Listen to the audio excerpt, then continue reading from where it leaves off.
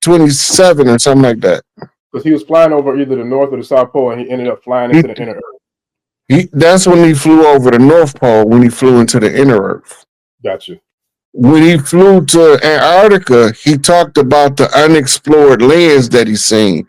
Antarctica under the ice is probably big as North America, or bigger. Yeah. Right.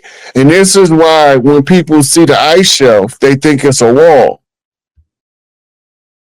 Right. But it's not a wall, it's a shelf. If you see it from the top, you will understand what I'm telling you. You can see all of the ancient structures starting to melt through the ice, thanks to the return of the sun cycle. The sun cycle is going to thaw Antarctica out. We got cryogenics and cryostasis from telepathic communication with people that was frozen under the ice to tell them how to thaw them out without killing them. Oh boy. Look, they try to tell us that they brought them from Africa and set them loose in Antarctica, and they thrived. And they called them the Bashinga tribe. They was already under the ice. They thawed them people out. Based on telepathic instructions, the Nazis was the first to have a base in direct contact with the people in the ice. Right? One of the things that they was experimenting on is genetics. We got to remember, Adolf Hitler sent Benito Mussolini into Egypt. What was they looking for? Akhenaten. Akhenaten was the last great pharaoh that changed the paradigm from polytheism to monotheism. But it was a paradigm shift that was earth-shaking for the times. So they wanted somebody with the same capabilities, so they started a genetic breeding program called Boys from Brazil. They even made a movie about it. So while they was down there, they say that they was cloning Adolf Hitler. They wasn't cloning Adolf Hitler. They was cloning Akhenaten. And they was cloning them in a batch of 50. And they was always experimenting on them. And they was dying in the experiments until they got down to about 10 of them. And then they gave us one of them. And they told us his name was Barack Obama. But his name is Barry Soetoro. Born in Kenya, the land of the jackal. Rosemary's Baby. Damien. Right? So when we was looking for the Antichrist, he rose right in our face, and we was too blind to see it. Listen, okay, so now you went devil's advocate. Can you kind of tie that into how real the devil's advocate was? The symbolism in that movie and everything that was talked about? Yeah, the devil's advocate with Al Pacino. Yes, they broke down the so you got to remember, that term devil's advocate is a lawyer in England. In England, the lawyer is called a devil's advocate. Devil mean enemy. Yes. Get the spookism out of it. The devil mean enemy. Yep. Right? So your personal devil is your personal enemy. You can have devils in your life that's angels in other people's. The gift and the curse. It cut both ways. So when the people begin to realize that everything is shifting, then we can get in alignment with the shift. But it all traces back to that same matriarchal energy. I sure. Yeah, that's deep.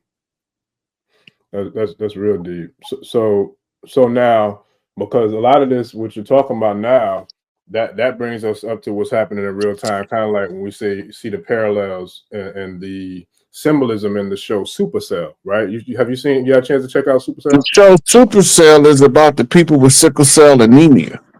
Right. Now their Okay, power. so we are in the process of shifting in our genetic upgrade from a carbon-based entity to a crystal-based entity. When the defense mechanism for malaria that was dumped on them by Enlil, Enki genetically engineered them to defend themselves with the sickling of the cell from the malaria, right? So they also have a program in their DNA that when the solar flash hit and the Earth sent out the pulse and we go crystalline DNA and all of the frauds is shut off, then they're gonna have special abilities, but I don't know what they're gonna be. But they're gonna have special abilities because of the sickle cell trait, like X-Men and shit. But I don't know what their abilities gonna be, but they're gonna have something extra. Oh, they're gonna be powerful. We had shout out to Wu Now. She was talking about it on here a few episodes ago about like the different powers that we're gonna be seeing. And how does that tie into the solar flare? Because there's a lot going on with our sun right now with the solar flares and the holes in the sun. Only time the genetics change in nature is when the solar flare sends out a radiation blast. The radiation blast causes the DNA to change. What we're looking at with the Schumann resonance spiking like it is, in the storms coming from the sun, they're talking to each other. And the Mother Earth is going to have to get rid of the parasites. So if we are in alignment with it, while this energy is doing this exchange, the DNA is crystalline, developing, and it has to upgrade with the solar flare. When the solar flare hit, it's going to go to the core of the Earth, and the core of the Earth is going to send out a Schumann response based on the solar flare. And it's going to send off a strong and powerful frequency blast. And the ones that don't belong here, you're going to know it because they're going to be talking about sirens is playing in their head and they're going to be dropping to their knees and bleeding out their ears and other orifices as well. All of those are things, parasitic things that don't belong, that's masquerading as human. That's deep. That's real deep because I was talking about the symbolism in regards to a lot of the like the neutrinos and the protons, electrons, how all that stuff ties into the resonance and the frequencies that we're talking about in all the different atmospheres above the planet, right? So when it comes to that, it's almost like, to me, like it's like a cutoff switch where you kind of say if you're using Wi-Fi and you walk too far away from your modem or your router or whatever, and then boom, the phone dead. Like you can't do nothing with it no more because you don't have access anymore. So is that what's going to happen with these beings and these parasites once these flares start to hit? Then they're gonna be bugging the fuck out. They're gonna be crashing. They're gonna be crashing head first into cars and shit. So it's gonna be like a real malfunction, like a real system malfunction. You gonna see them break down. When that burst go off, a lot of them just gonna drop dead where they at. But they can't resist the frequency. But some of them that's a little higher vibratory gonna have it worse. Because they can endure it longer.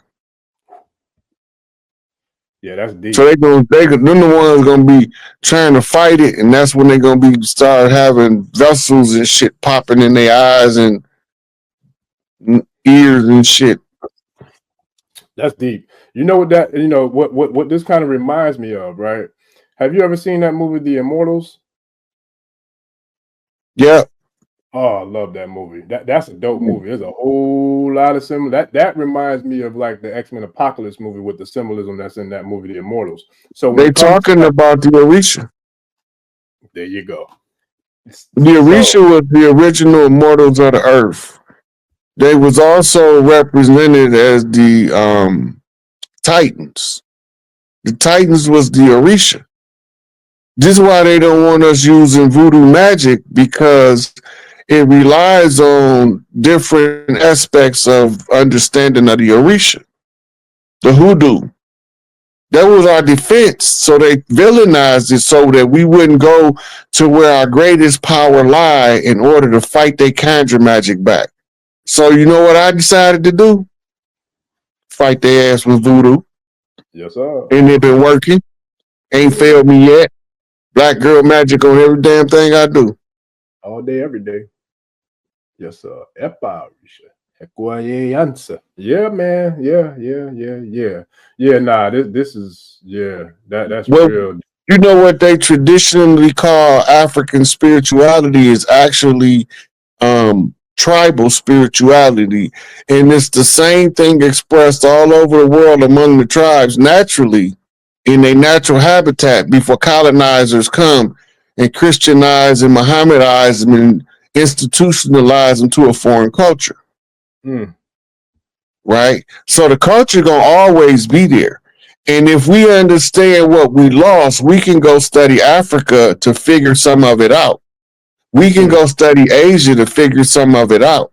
Studying the indigenous cultures, studying mm, Australian indigenous cultures, Maori indigenous cultures, mm, Hawaiian indigenous cultures. All of the cultures that was there before the colonizers is a central theme that tells you who the rightful heirs is to take care of the local land. mm. You exactly where you supposed to be on your land. Because in this life, that's where your birthright dropped you. That's Your deep. right of birth, the land you landed on. But they told you you landed in the sea. That's Admiralty deep. jurisdiction. That's deep. Oof. That's real deep. Hmm. Man. Oh man. Oh man. So now in the like where we're going. So now to go back to Immortals in that movie, and this is something that I love, and I'm pretty sure. Let me ask you this before I ask you this question. I'm pretty sure you probably read it, but have you ever read the book? Damn, what's the name of it? It's about the young boy who was he was like in the desert, and his journey was to find his destiny. I cannot think of the name of the book. It was a damn good book, man. It's a self-help book and it's a personal development book, but it was about a story about a boy. I can't think of the name of it, but it reminds me of Immortals. And I'll remember. I'll get the name of that book.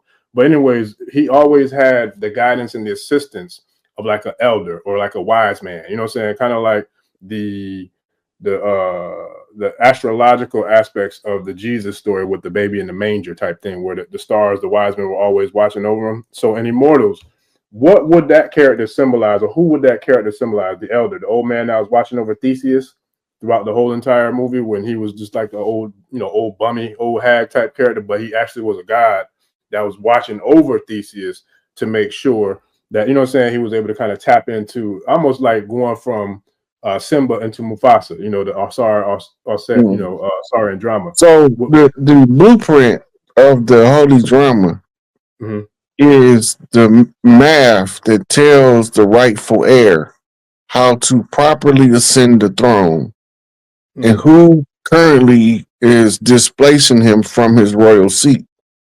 This is the mythology of Set versus Osiris. The brothers fight, and Set designs a coffin for Osiris and puts it in and locks him in it and kill him. So then he scared he's going to resurrect. So he go chop him up into pieces and spread him along the Nile.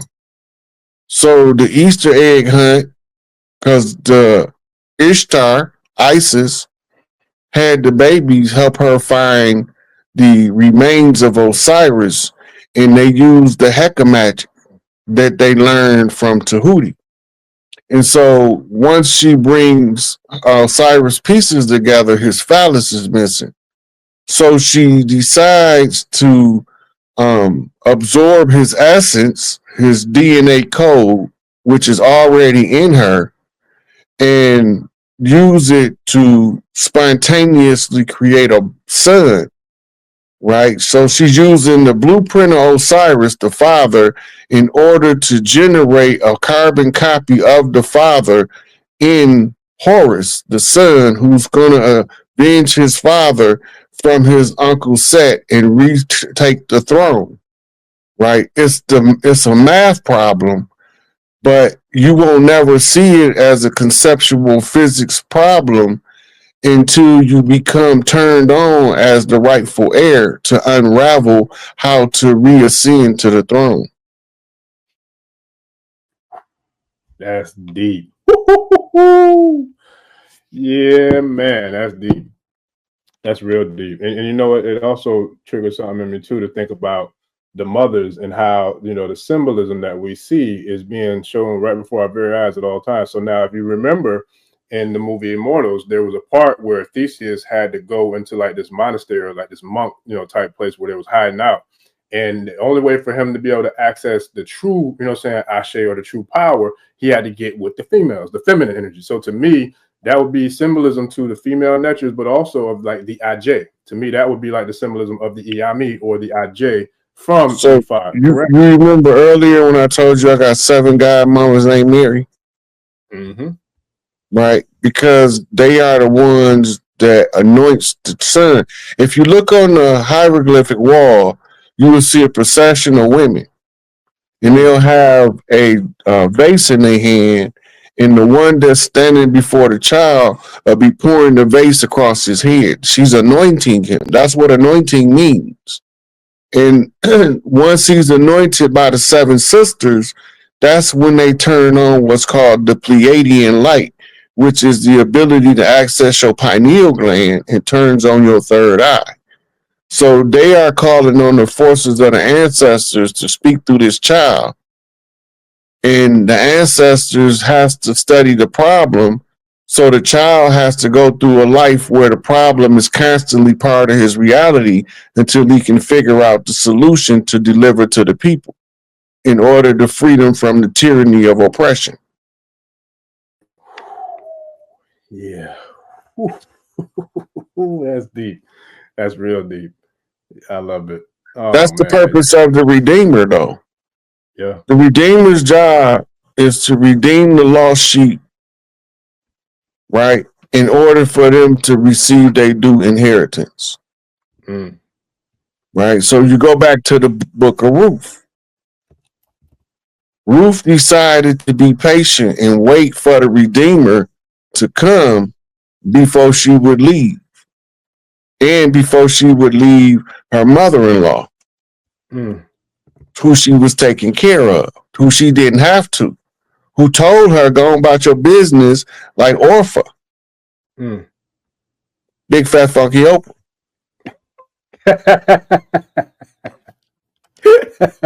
Who turned your back on your sisters in order to defect from the Delta, the Mississippi Delta, your roots. That's deep. And shout out to Akeelia Wright. She sent me, that was The Alchemist. That's the book I was trying. I can't remember. I was trying to look at it on my phone to find it in my library. But yeah, The Alchemist. So that kind of what we're talking about kind of reminds me of The Alchemist. Have you read that book? I haven't read that one. Oh, it's a good read. You'll like that one. It's a dope book. Real dope book. But okay, so now when it comes to where we are now, all right. When we talk about the mothers, and clearly everybody knows this is a mother's house, a matriarchal house. Isis, Aset, when you see her in the hieroglyphs and the pyramids, a lot of times you'll see her with her arms extended and you see the wings, like, you know, or even if she's like has them, you know, down by her side, you see the wings. Can you kind of share what the wings symbolize in regards to this thing we call flight? In regards to, and also how that kind of connects to the sun when you talk about the sun. And you got first thing you got to realize is the reason she got feathers on is because that's Mesoamerican culture. What we call Olmec, Inca, Aztec, old Mississippians. It's Mesoamerican culture. It's the same thing that you see when you see the tribes dressing up with the feathers on, with the wings. They're imitating the ceremonial dress of Tahuti. This Tahuti land over here, right?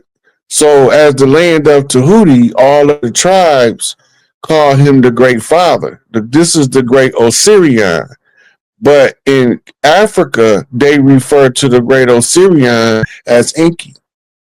So you got two distinct, different patriarchal lines influencing two different continents.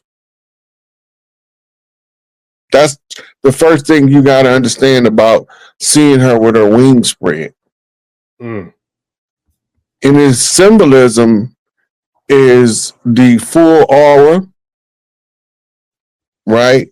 Because when the aura is fully illuminated and you can see the aura, sometimes when people stretch their arms out like that, it gives the appearance that they have wings made of light. Mm. So the ancestors have to remind you of that. So they create what's called archetype artistic expression. Mm. So they put the wings on the pottery so that you will remember that spiritually you have wings. Mm. Right now, the technological wing disc, right, is the symbol for the fleet of the sky. The fleet of the sky was under the command of Enlil, which translates into English as Lord of the Sky or Lord of the Rumbling Voice. Right? So when we're looking at the symbols, not until we know the origin of the symbol and what it means in its origin, will we know the truth of the matter of what they concealing from us in our face, behind our back. Using symbols to talk above our concept or understanding. Yeah, that's deep. That's real deep. Not because, yeah. Oh man. Okay. So let me ask you this, because this has been a hot topic and a hot debate on the channel since our first interview.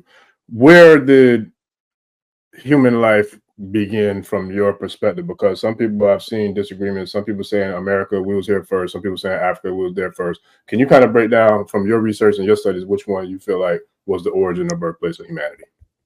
So the outer Africa theory is predicated on Lucy being the oldest recovered hominid, bipedal hominid, ever discovered at 3.5 million years old.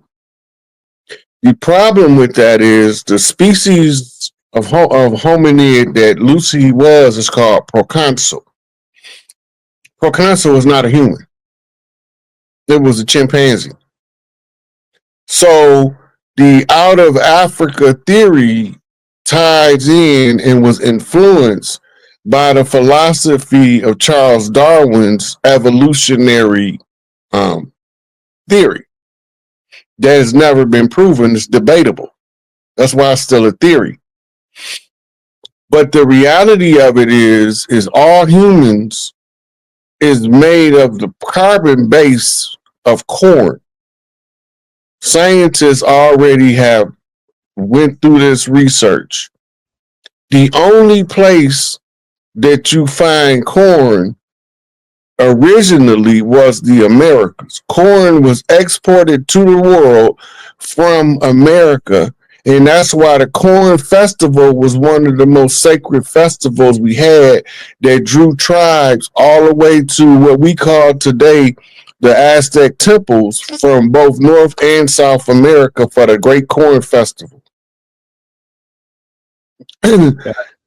This is why you have these so many different types of corn, but you only know about the Oshun corn, the yellow corn. But the corn is the carbon that made up the human. And if you look at it, you got so many different colors of corn, right? So the breeding or the laboratories that have all of the genetic profiles in phenotype is in Teotihuacan in the temples on the walls.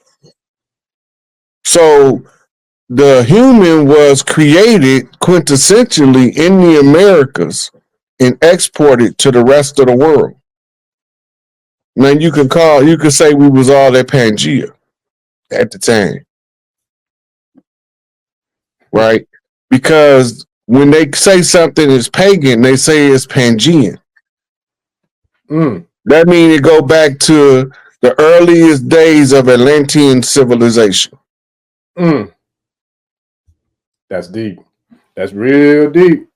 That's real deep. So remember, Tartaria is Tartarus, and Tartarus is the land that's under the ice in Antarctica. That's deep. Atlantis was the Americas as the capital of Atlantis with the original Temple of Isis. The waters used to, in the night sky under the little moon before they parked Luna out here, used to shine and glisten in the night sky. And it used to look like she was surrounded by glistening, flowing rivers of metal because of the fluorescent nature of the black moon. It's like having a black light in the club. Ooh, that's deep. Listen, let me jump in real quick because we moving now, family. Y'all buckle up, Buttercup, because we moving now. So how does that relate to the aurora borealis and how that glistens, at the poles? So that comes from a refraction of light as it radiates off the gases. Or you ever be driving down the street and you see that wave of heat coming up? Right. So it's like that, but it's in the atmosphere. And it's composed of gases. The same way that wave is composed of gases being released from the earth. And the refraction of the light going through the gases gives us the luminosity that gives us that effect of the aurora borealis, the northern lights or the southern lights. Now, when the solar flares get intense, the ends of the aurora borealis moves further south from the North Pole, and the southern lights move further north from the South Pole. It's showing you the impact of the solar energy radiation that's coming in, because it's making the heat up faster, that's covering more spectrum of light across a broader surface area. Ooh, that's deep. That's real deep. Now, I remember last week when you was on, you had a dope emblem. I was looking at it in the replay. I couldn't really see it while we was on the live, but I saw it in the replay, and I think I got an idea of what that means or is symbolic to. But before we go into that, can you kind of share this one?